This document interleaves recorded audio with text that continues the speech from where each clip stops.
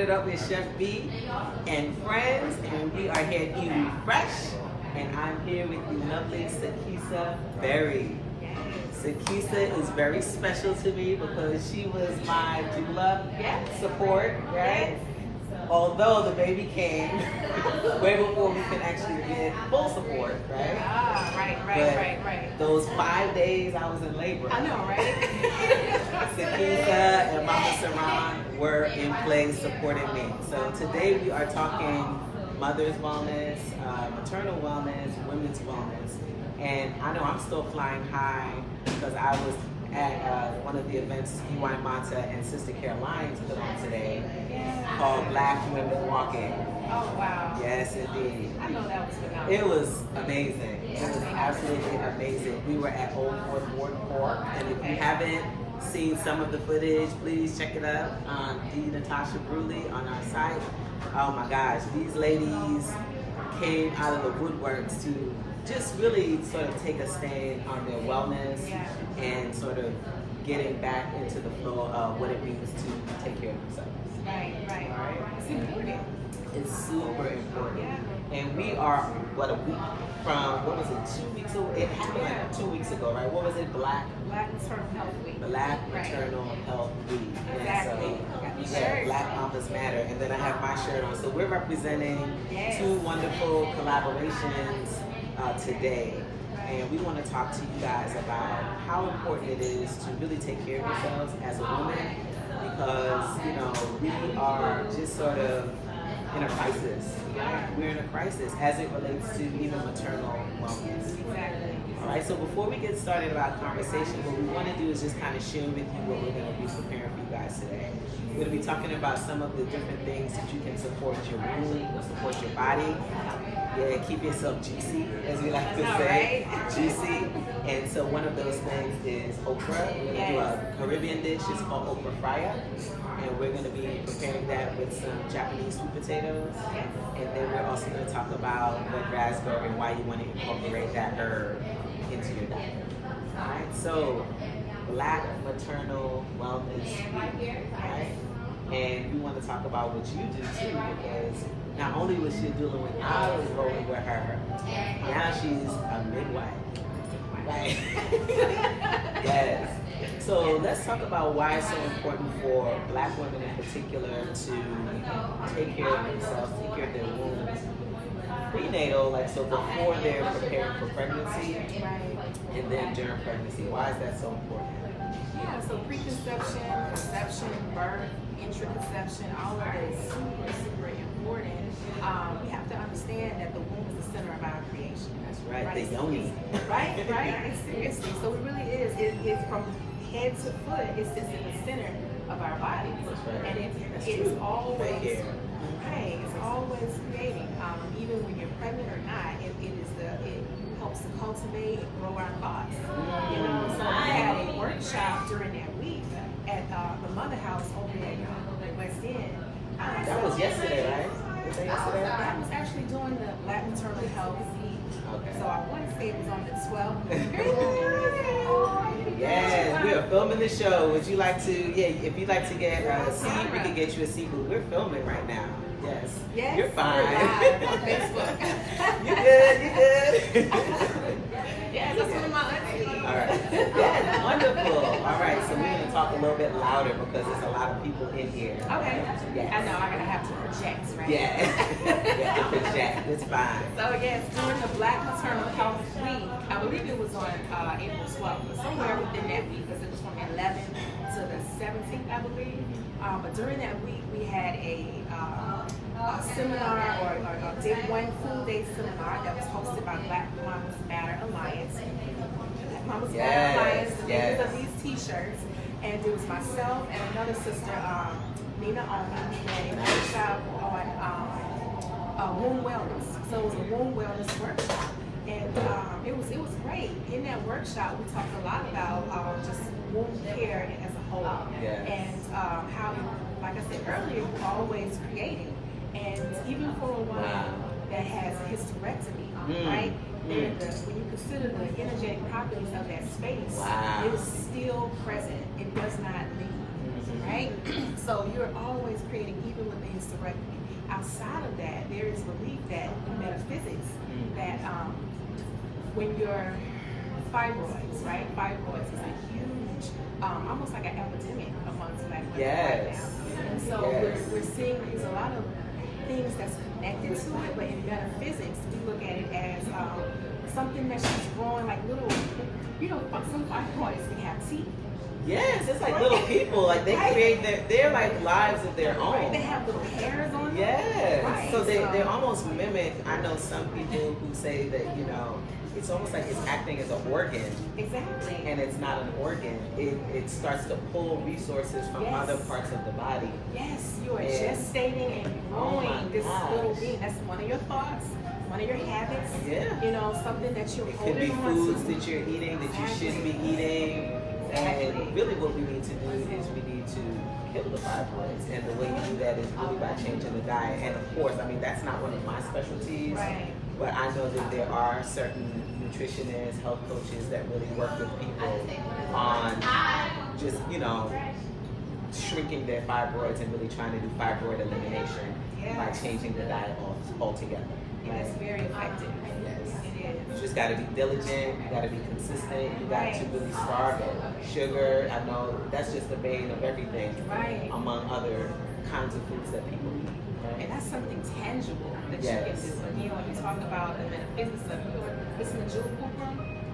Yes, I know Jewel Pookrum. Yes. So she talks about the behavior in the mind, and changing your mind can change those aspects as well.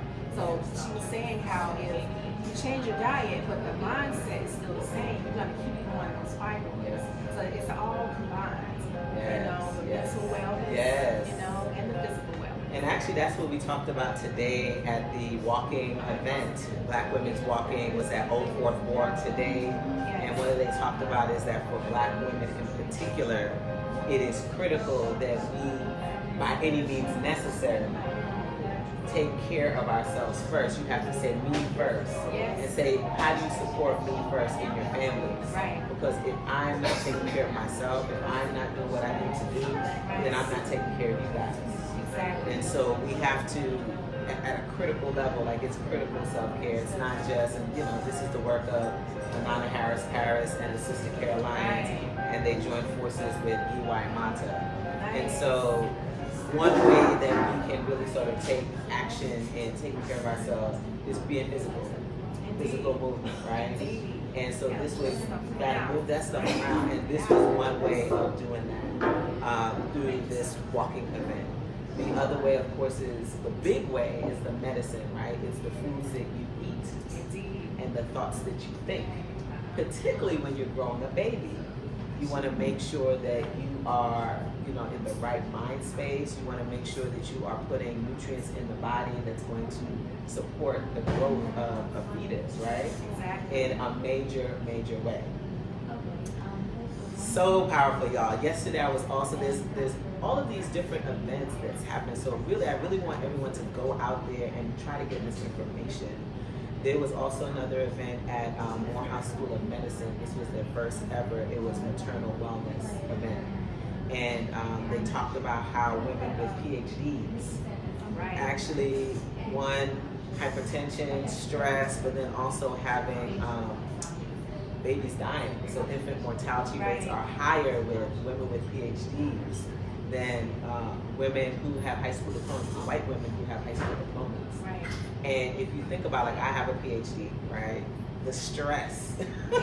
The stress that you go through when you're actually going through that process, reading, studying, up all night, and then trying to manage school life with a family life, a husband, other children, and then doing that mostly later in your life. And then compounded on top of that, trying to have a baby. The stress levels are so immense that it is just impacting our infant mortality rates. And I don't know if you want to speak to some of the things that you might have seen doing the doula midwifery work that you do. No, certainly. I can honestly say that in our line of work, we don't see a lot of that. And it's because we're there, we're present. We're present to help be a coach or an advisor or an liaison we're there to help facilitate a healthy pregnancy. So that's why we hire doulas, and that's why there is a charge to the Black community specifically to have more doulas. We need more women to enter this field and then grow. Those of you, I'm looking for more of you to become midwives. Yes. But you know, at one time, there were over 4,000 Black midwives in the state of Georgia alone. Really? Right now, we're down to like half a dozen.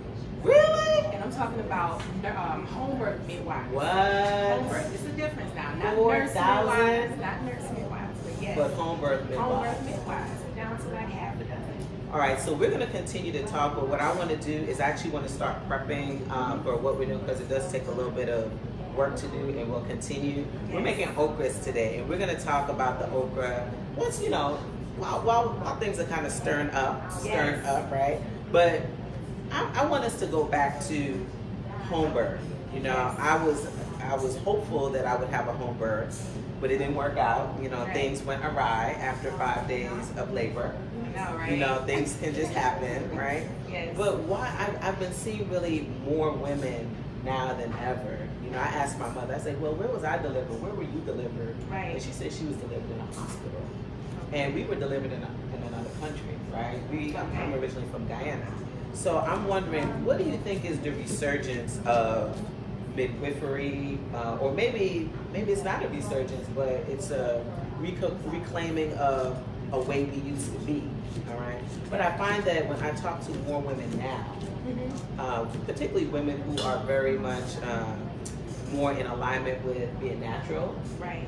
You know, they're like, yeah, I don't birth, you know, but folks who are a little nervous, they're a little scared of just that whole process. Right. They'll maybe seek hospital birth. What do you think is happening in our community in regards to home births versus hospital births? What do you think is happening in terms of the difference? I definitely believe that, well, I don't believe, I know for a fact, anthropology teaches us that human behavior, we do what we see.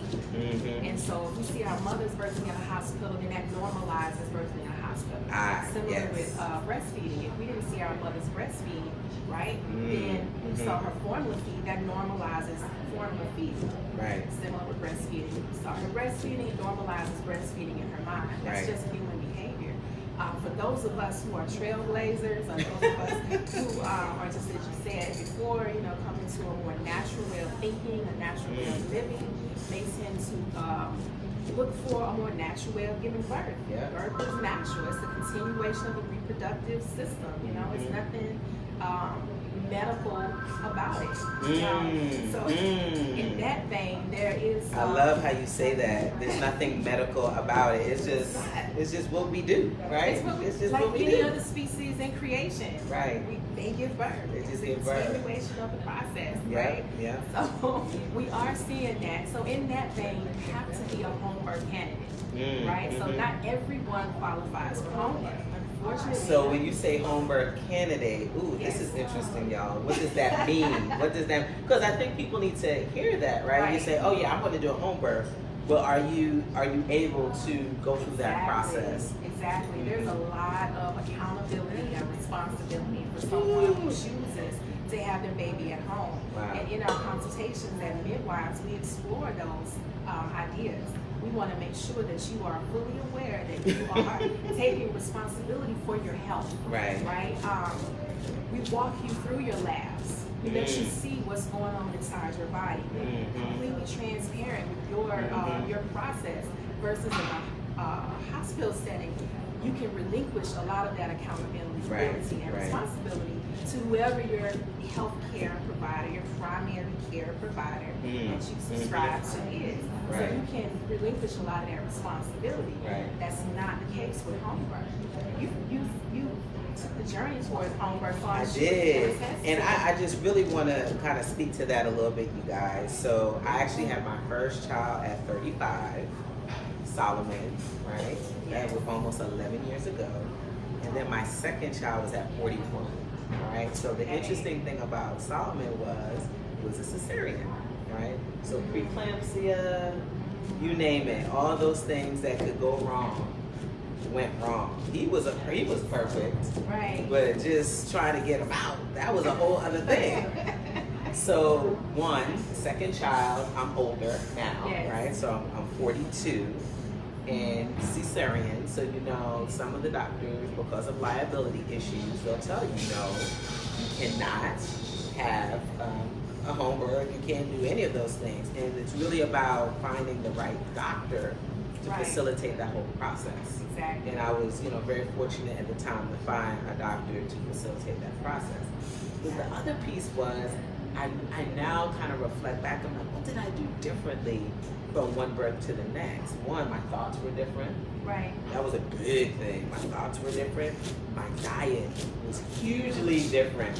Yes. Hugely different from the first birth to the second birth. I was eating salty foods, a lot of meat, a lot of starches, just eating what the heck I wanted. I was like, oh, yeah, told you can eat what you want. Right. And I listened, and I ate whatever I wanted. That's what they tell you. I would eat for two. Right. And guess what? I was not. eating for death. All right, y'all. I was eating for death. Look at that. So what happened, we had all of these issues during the first delivery. But I really wanted to change that narrative. I was like, you know what? Just because I'm older, that does not mean that I need to go through the cesarean. Actually, one of my girlfriends, big ups to Alma, Dr. Alma in Washington, D.C., she's like, look, girl, they gonna cut you if they gotta cut you. They just will. But don't opt for that, because it was almost like being pushed in one direction. So I think a lot of times women don't know the choices that they have. They don't know the choices. So she was like, no, she's like, I really think that you should do a little bit more research and see if there's some other doctors in the state that will support you if you want to do a natural birth, because they gotta be there. They just gotta be out there. Right. And we found someone. We found C Baby, right? At the time, Dr. Boots Taylor. Right. And changed my diet, y'all. Changed my diet. We're gonna share with you some of the herbs that you can take during that time. Right. Changed the diet, plant-based. Everything was just clean. Just making sure that wasn't taking in too much carbs that were not, healthy. That's gonna spike the blood sugar. I mean, y'all, beautiful. Yeah. Blood pressure was on point. Look at that. And so really, when they talk about just like changing, I did yoga every day, working on them Kegels, all of that. I'm telling you, it was a beautiful, beautiful pregnancy. And the result, we had a little difficulty, 5 days of labor, y'all. 5 days of labor, but guess what? We were able to get that baby out without getting cut. And that was the goal. That was the goal. And I attributed all of that to that maternal wellness, that prenatal wellness, and just really just getting my body ready for pregnancy. Right. And so you're saying it, that's that accountability piece. Like, we could tell you all day to go and do yoga, encourage you to change your diet, and to make suggestions to you of how to increase your wellness. But at the end of the day, it's up to you. If you don't worry, you gotta want it, right? You gotta want it. You got to want it. Absolutely. So exactly, in a home birth situation, we only deal with normal. Our parameter, our scope of practice is normal. You have to be in that normal window. So, I mean, for me, I wouldn't be considered normal, right? Yeah, that was normal. Was that normal? Okay. Yeah, you were having a VBAC. Right. Right? And then I'm assuming you didn't have any signs of hypertension, gestational diabetes. No, none of those things. You kept your weight in check. Kept my weight in check, Right, working out, stretching, everything. So you stayed within the parameters. I stayed in there. Okay, and then once it goes awry, that's when, gotcha. Exactly, and so we'll make suggestions even then. I have a mom even right now, she's getting closer to her due date, but her lifestyle is a bit stressful, and it's starting to show up in her blood pressure. It's starting to show up. She's just got a little bit of extra something in her urine that she shouldn't be there. So I'm giving her some suggestions of things she can do to stay out of the preeclampsia or the hypertensive range. And it's up to her. If she doesn't take the bed rest like I'm telling her to do, and the different herbs and vitamins that I'm suggesting that she takes, then we ain't gonna be able to do it. I might have to risk her out. I don't do hypertension at home. No. Because we don't have an operating room down the hall. Hypertension in pregnancy is dangerous. Absolutely. Look at Beyonce. Yeah. And her homecoming, she said that that show that's on Netflix. Yeah, I she remember said she that. had to have a C-section. She was preeclamptic. Again, that means hypertensive. during her pregnancy. Yeah, and she had 2 babies. Twins, yeah. 2 babies, so that's even more, of a risk. I mean, I don't know all of the details of what her pregnancy was like, but I do know it seems to me that multiple births in this country, it's usually people are extra careful, right? And yeah, I was very glad that she shared that with us, right? Because it really showed how human she was. Indeed. And I think oftentimes when a lot of these folks are behind the scenes, we don't know exactly what they're dealing with. That's so true. I really appreciated I did too. her, sharing all that she shared in the document. I appreciate her so much because to overcome that cesarean birth and then to come out on stage and perform the way that sister did. Oh my gosh. Oh my goodness. Yes. Yes, you got all my respect. Actually, I'm going to take this off. All right, so while we're talking about this, right, I was cutting up some okra. And y'all, I love okra. You love okra? I love okra.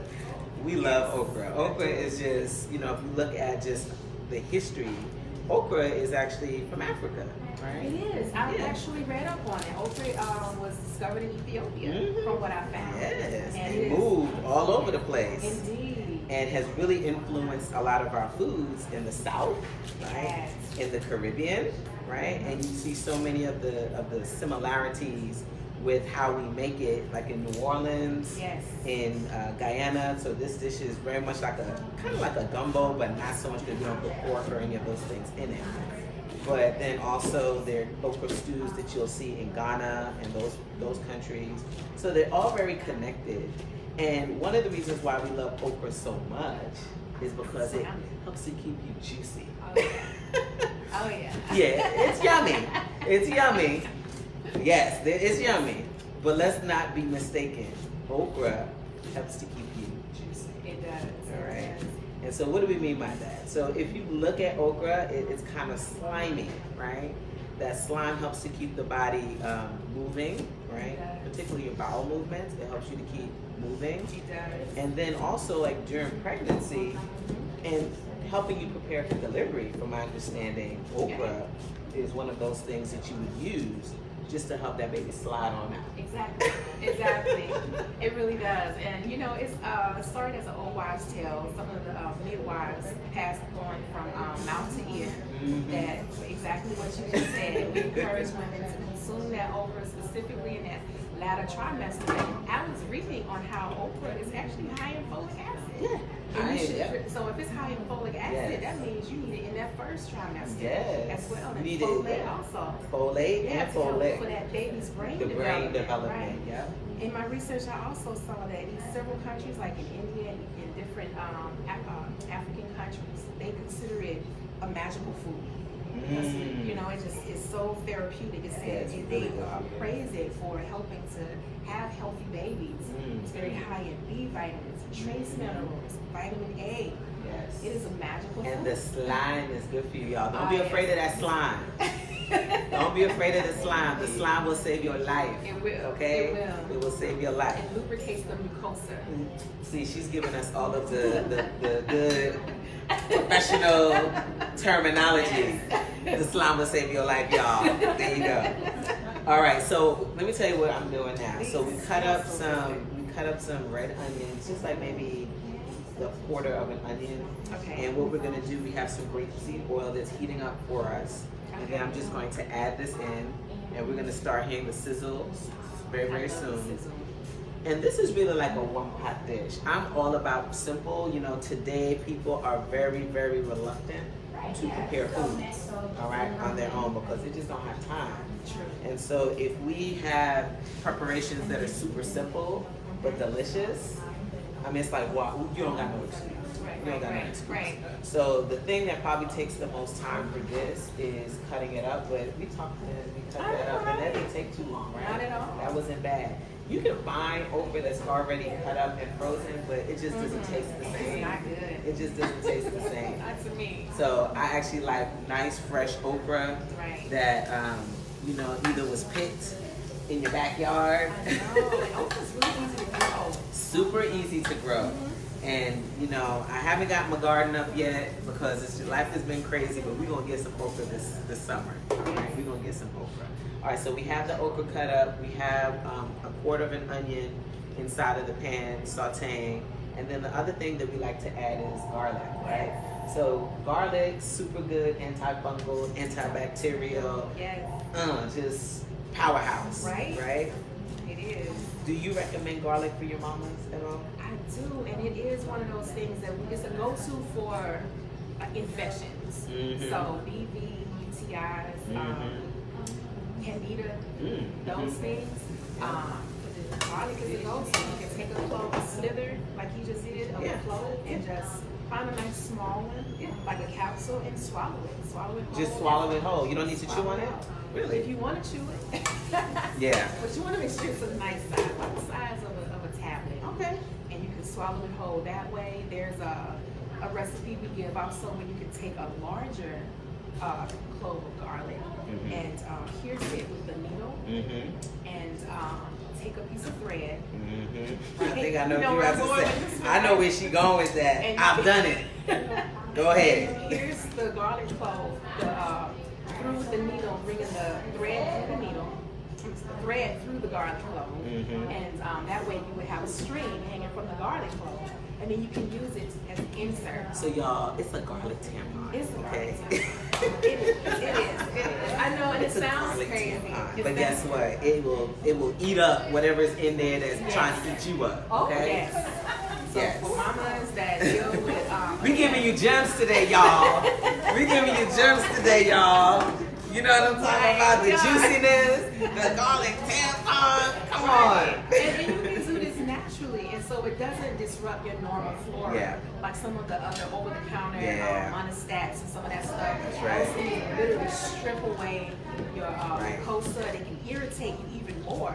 So just something that grew from the ground, a piece of garlic, you put it in, you insert it before you go to bed at night. Yeah. Pull it out. You actually feel better. I mean, the process, y'all, just takes a little bit longer for it to do what it needs to do, but it definitely makes a difference. It does. And eliminate those sugars and things like that, and that can help as well. All right, so we want to make sure that we're giving people some good information. It's really good already. So one of the things from a maternal wellness standpoint that we really want to share with folks is they want to make sure that they're eating well. You want to eat foods that are going to support you. If you are having a child or you're preparing your body for a child, one of the things that you definitely need to have is folic acid, right? Folate and folic acid.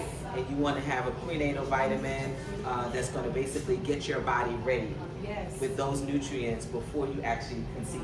All right? Plant-based prenatal vitamin. Plant-based. Right. Ashe. That's what we want. Ashe. Just go to any little grocery store and get a Flintstone vitamin. No. Plant-based. Right. And that's because it's going to assimilate well. There's what we call bioavailability of nutrients in vitamins and minerals that we take. And so the bioavailability of plant-based vitamins is higher. So your body recognizes it and it will assimilate it greater than it would a synthetic vitamin, right? Where it's just going to basically pass right through you and your body doesn't recognize it.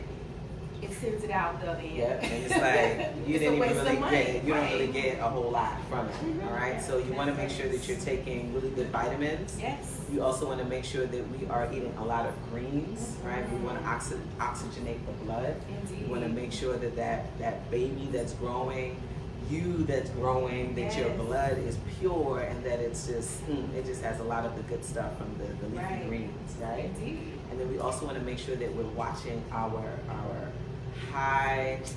grains that are going to basically raise our glucose level. Right. So we want slow burning carbs. Yes. So the things like your red barleys, quinoas, or brown rices that are a little bit more on the hardier side, that takes a little bit more time to break down in the body.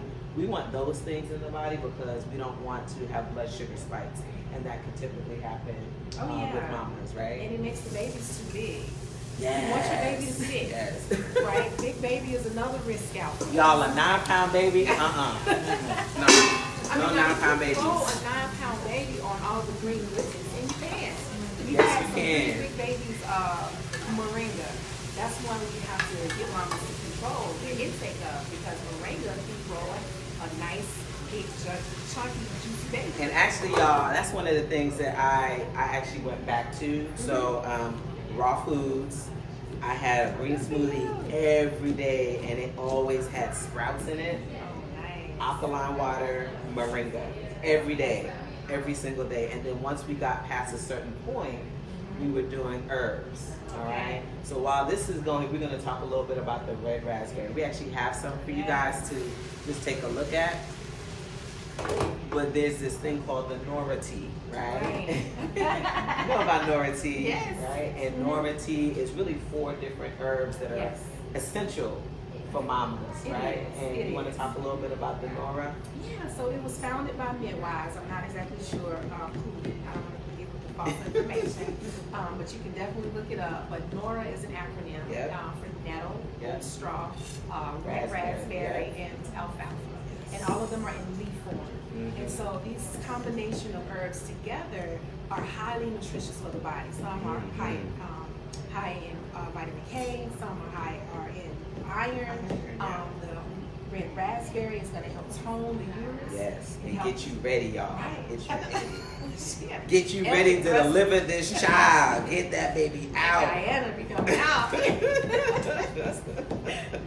That's so right. That's really what it does. It helps to build the blood, like you said, to prepare the body for birth. And it helps to control postpartum hemorrhage. You know, so when you take this herbal complex, the way it's prescribed, routinely throughout the pregnancy, it can really help minimize blood loss. That's right. Which is huge for us. Because the number one cause of postpartum death right now, the whole maternal health crisis that we are hearing so much about, is hemorrhage worldwide. Really? Even in the United So people States. are bleeding out. Yes. Why? Why? Stress for one. Hypertension is huge. So that's a big part of it in the United States specifically. And as the midwives and I continue to have this conversation, we're thinking they're just sending moms home too early. We send women home here in the United States after 24 hours after birth. So ideally, what would be a good time for mama to go home? Well, if you're gonna, here's my thing. Because I went AWOL, and when it was recommended for you to stay in the hospital for 3 days after birth, I went against medical advice. I did. I was ready to go home, get in my bed, eat my own food, which is why I eventually had a homer, because I realized I was better with that. However, if we're going to send mamas home early, then we need to send someone for their check. Right? So the greatest window of concern is the first 48 hours after birth. That's when we're concerned about the baby's bleeding. The mom's bleeding. And we want to make sure that baby is breathing appropriately as well.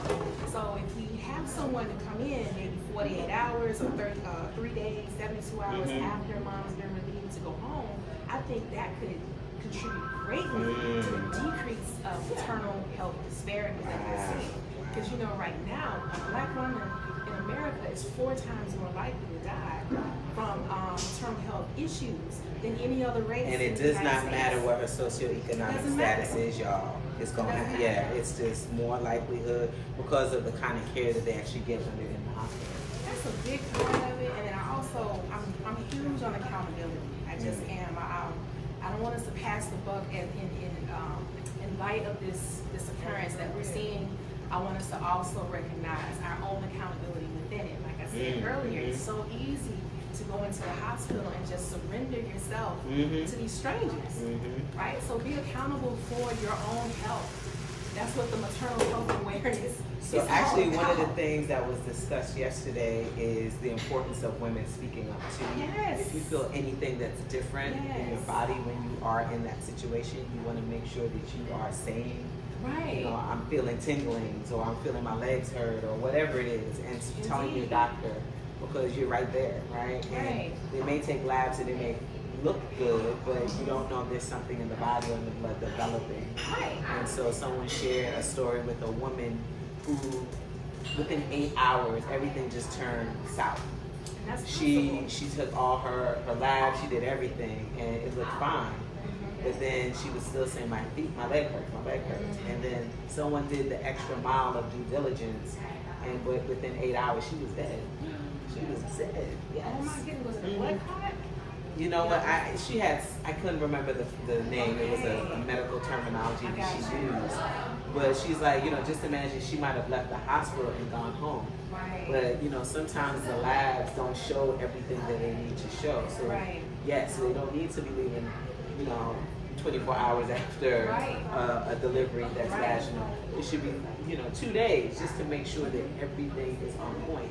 And every hospital has their protocol on when a person can be released, right? Right. Well, it's not even the hospital, it's insurance. Our insurance dictates how long you stay in the hospital. So, of course, most Medicaid models is 24 hours. And now, to my unpleasant surprise, I learned that if you have a C-section, they can release you in 48 hours. What? I had a mama had a C-section 2 weeks ago, right here at Emory. Yeah, we were at Emory, Crawford Long, and the doctor came in, the OB that performed the C-section, and told us, he's like, well, you're supposed to go home in 48 hours, which would be like tomorrow. And he said, but I'm going to suggest that you stay another day so we continue to look just at to make sure, because you have catheter, you have all these things going on when you have a cesarean. It's very traumatic on the body. It is major. 48 hours. That's crazy. All right, y'all. So I just want to let you know what we're doing over here in the corner, right? So we basically chopped up the onions. We chopped up some garlic, mushrooms, baby bella organic mushrooms. We have our okra in here, our peppers. Peppers are very high in vitamin C. For those of you, actually more vitamin C than oranges. Did you know that? Yes. More vitamin C than oranges.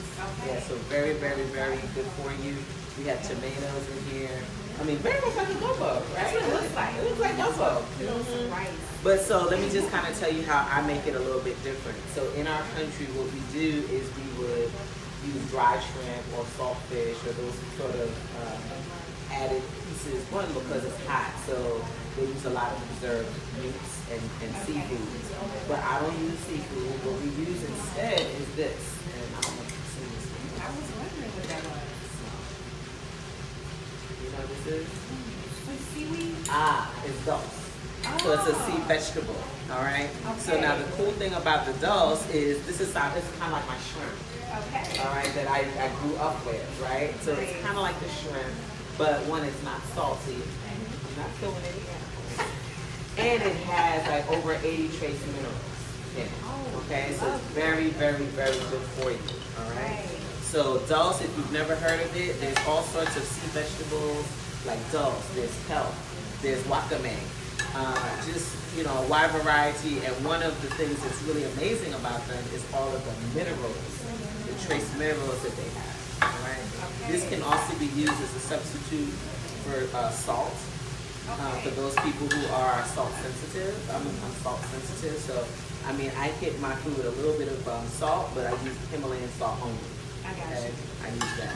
And I didn't even put a whole lot in there. Yeah, just like a little sprinkle, all right? The other thing that I added in here, y'all, is smoked paprika. I like that. Yeah, I added smoked paprika in here. And then the next thing I'm gonna add in here is a little bit of thyme essential oil, all right? So I want you to smell this. So thyme essential oil is another powerhouse. It's kind of like, it's a part of the mint family, but the thing about thyme is it's an antiviral, it's an antifungal, it's good for bug bites, it's good for the digestive system, and I actually cook with this quite a bit, right? So this little bit of thyme, right? Look at that. Yeah, and this is all, I only use food grade essential oils. I'm using doTERRA essential oils, y'all. And the reason why I use that is because it's tested. I trust these oils, and it makes my food taste good. But they're food grade essential oils, so they're safe to use in food. Right? And you're gonna see like the flavor that the thyme just adds 2 little drops. That's it. That's it. All right. So the other thing is the sweetness from the tomatoes, because I'm using organic grape tomatoes. You can actually taste one. So I use smaller tomatoes now whenever I'm making dishes because they're concentrated sweetness, and then when you actually cook them down, it just makes your body go. All right, so I'm gonna let that simmer down for a little bit. I'm gonna add a little bit more, a couple more things. This is fenugreek. Smell that. Have you ever heard of I fenugreek? have. They say it's really good for breast milk production. Ooh, yes. That's what I Yes. heard. Yeah, actually that is true. I just Yeah. remember the seed. So Right. what you can do is you can soak the seed. You can make a tea from the fenugreek, right? Yeah, you can. They sell fenugreek for women to produce breast milk. What are some other herbs or things that women can do to produce their breast milk? I know drinking a lot of water, That's it. you know. I mean, honestly, that's the one that's tried and proven. In my experience, and also like taking consulting, and I've done that for longer than I've been a midwife. Actually, I started out with WIC in 2010 and worked there for a few years, and then I privately contracted myself out to an OB practice as a lactation consultant. I did that for a few years. And in that time span, I've seen women try a variety of different things to increase their breast milk supply. And what works for one may not work for all. So that's why I said it really is, like you said earlier about the salt sensitivity. Yeah. Some women, they can do 1 cup of that fenugreek tea And or then that mother's milk tea. And then like, And oh then my it's like, goodness. whoop. Right. Right. And then I have women that say I drink the whole box. Yep. And nothing. Yes. So the one that's tried and proven is the water.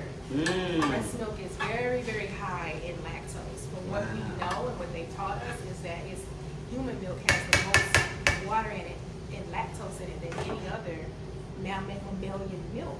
Really? But what's so interesting is it shifts. By the time you turn about between 2 and 3, you start losing the ability to break down lactose.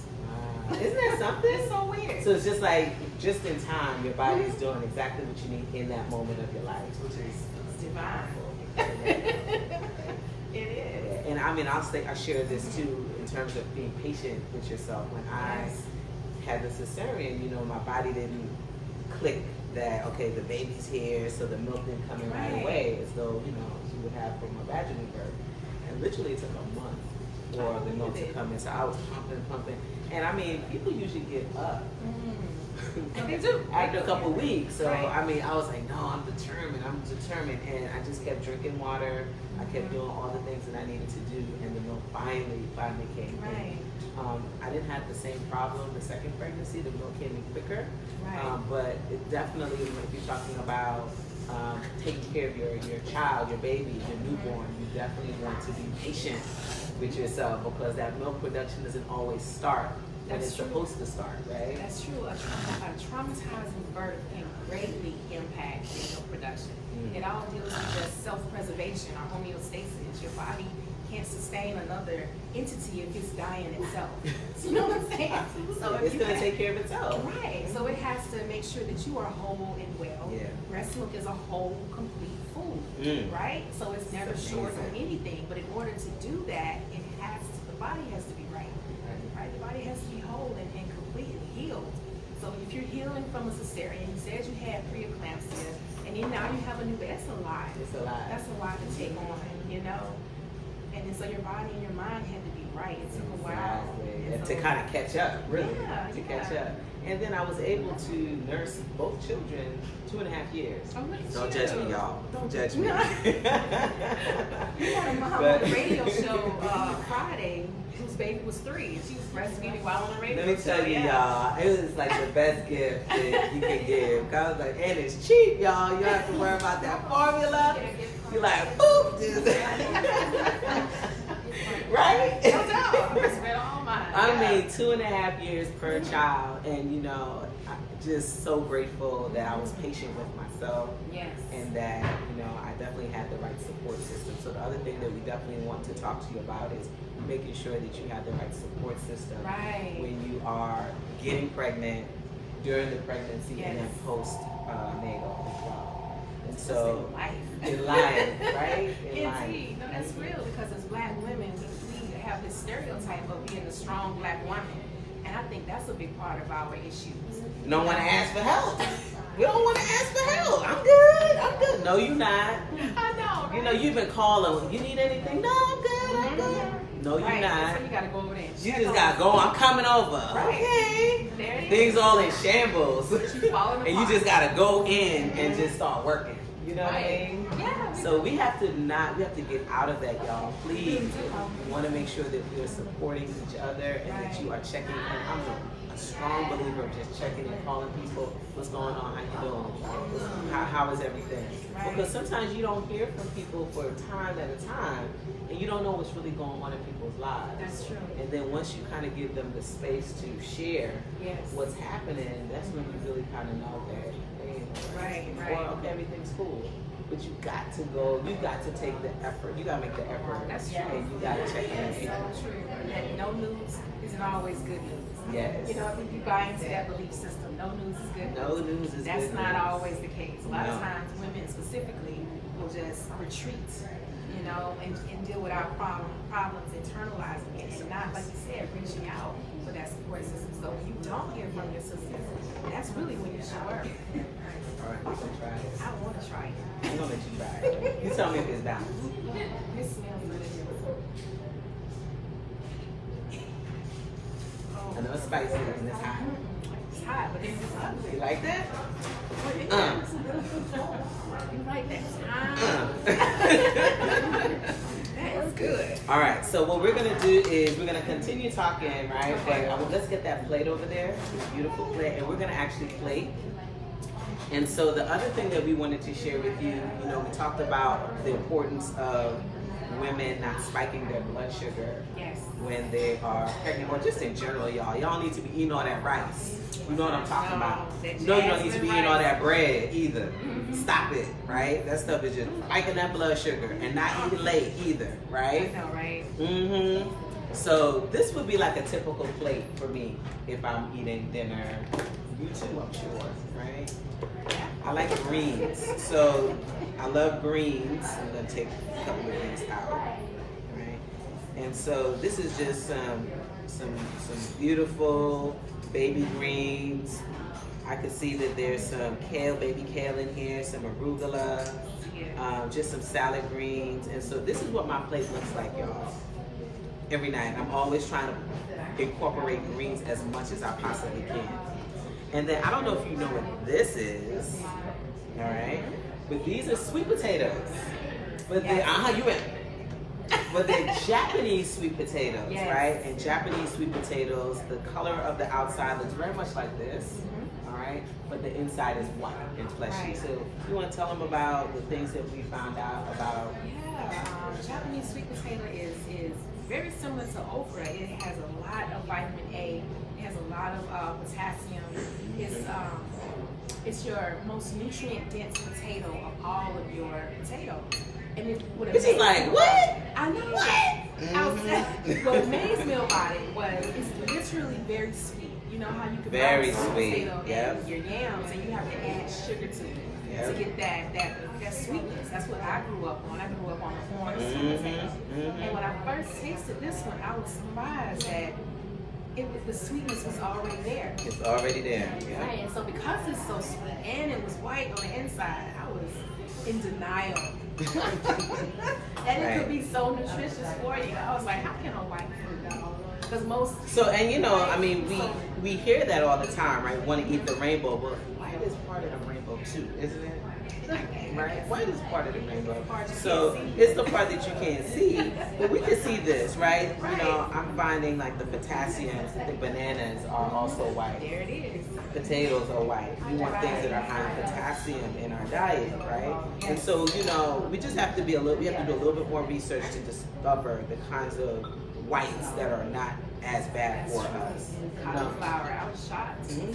Cauliflower is really good. Really, really good. All right, so we just have like a little plate of this. This was roasted off. You can actually keep the skin on, or you can slice the skin off and then you just roast them. I like to steam my sweet potatoes too, to try to control oil, you know, and the fat. And then what we're gonna do is we're gonna put some of this on top. Goodness, all over it. Yeah, look at that. Oh wow. Beautiful dish. Yep. So, yeah, you guys gonna get to try too. Our studio audience, they looking, they salivating over here, y'all. Wish we could show you their face. All right, they gonna get some too. All right, and this is the dish. Let me make this look all pretty. Right, so very, very African, very Caribbean, and very updated. That's the other thing, very updated. So typically in a Caribbean household, a Guyanese household, we would serve this over white rice. All right, no greens. Right, and so this is just us elevating the dish so that it's supporting our wellness as opposed to raising our blood sugar. I know, right? I know. Yes, I'm gonna put this right here. Wonderful. And then what we want to talk about is the red raspberry, right? Yes. So we just want to show people what that looks like and how you can prepare it, all right? So it actually looks like it has a little bit of white on it, and that's just the tea. But one of the things that I used to do, and you could also share some of the things that you do, but I would take a jar like this, y'all, and I would take the Nora tea that we talked about earlier and take like maybe 2 tablespoons of that Nora tea mixture and put it on the bottom of this jar. Right. Boil a bunch of water. This is the night before, so I'm preparing for the next day. This is every night. Boil a big thing of water, and then I would just cover it. All right, and then I actually even have, and I don't have it with me today, but you can get one of these, but it's meshed. Right. All right, and then I would have my second bottle, and then I would just pour the contents after it's steeped the next day. Right. And then I'm taking that with me, and I'm sipping on that all day. Yeah. And every day, every single day. Once I was told that you can use it. Yes. Because I think it's after like the 15th or 16th Right. Exactly. pregnancy. Yeah. Any other way that you use your raspberry? I was pleasantly surprised to see red raspberry. I reintroduced myself to it because I was taking it in my pregnancies as well, but I reintroduced myself to it last year.